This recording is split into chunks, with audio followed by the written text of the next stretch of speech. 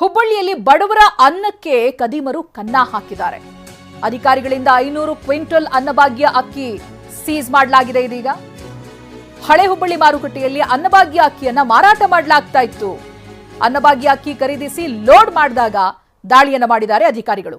ವಾಹನ ಸ್ಥಳದಲ್ಲೇ ಬಿಟ್ಟು ದಂಧೆಕೋರರು ಪರಾರಿಯಾಗಿದ್ದಾರೆ. ಅಲ್ಲಿಂದ 50 ಕೆಜಿ ಅಕ್ಕಿ ಮಾರಾಟ ಮಾಡೋದಕ್ಕೆ ಬಂದಿದ್ದಂತ ಮಹಿಳೆಯರು ಅಧಿಕಾರಿಗಳ ಕೈಗೆ ರೆಡ್ ಹ್ಯಾಂಡ್ ಆಗಿ ಸಿಕ್ಕಾಕೊಂಡಿದ್ದಾರೆ. ಲೇಡೀಸ್ ಆಹಾರ ಇಲಾಖೆ ಅಧಿಕಾರಿಗಳ ಜೊತೆಗೆ ಮಹಿಳೆಯರು ವಾಗ್ವಾದಕ್ಕಿಳಿದಿದ್ದಾರೆ. ಅನ್ನಭಾಗ್ಯದ ಅಕ್ಕಿಯನ್ನ ಕದ್ದು ಮಾರಾಟ ಮಾಡಿರೋದು.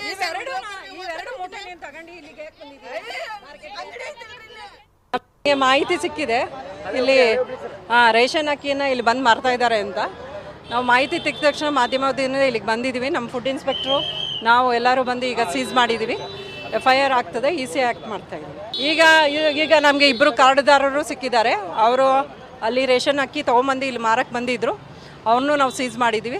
ಅವ್ರ ಹತ್ರನೇ ಈಗ ನಮಗೆ 100 kg ಸಿಕ್ಕಿದೆ. ಇನ್ನು ಅಂದಾಜವಾಗಿ ಹೇಳಬೇಕು ಅಂದರೆ ಒಂದು 300-400 kg ಅಷ್ಟಿದೆ. ಅದನ್ನು ನೋಡ್ಬಿಟ್ಟು ಮಾಡ್ತೀವಿ. ಮಾರಕ್ಕೆ ಜನನೇ ಬಂದಿರೋದು, ಅದಕ್ಕೆ ಅವ್ರ ಕಾರ್ಡ್ ರದ್ದು ಮಾಡ್ತೀವಿ. ಅವ್ರ ಕಾರ್ಡೂ ಕೂಡ ಈಗ ಸೀಸ್ ಆಗಿದೆ, 2 ಕಾರ್ಡ್. ಇದು ಖಂಡಿತವಾಗ್ಲೂ ಇದು ಜನರಿಗೆ ಎಚ್ಚರಿಕೆ. ಅವರಿಗೆ ಸರ್ಕಾರ ಕೊಡ್ತಾ ಇದೆ ಅನ್ನಭಾಗ್ಯದಿಂದ 15 kg ಕೊಡ್ತಾ ಇದೆ ಈ ತಿಂಗಳು. ಅದು ಸದುಪಯೋಗ ಪಡಿಸ್ಕೊಳ್ಬೇಕು. ಇಲ್ಲಿ ಬಂದು ಮಾರ್ಕೆಟಲ್ಲಿ ಮಾರ್ತಾ ಇದ್ದಾರೆ ಅವರು. ಅದು ಖಂಡಿತವಾಗ್ಲೂ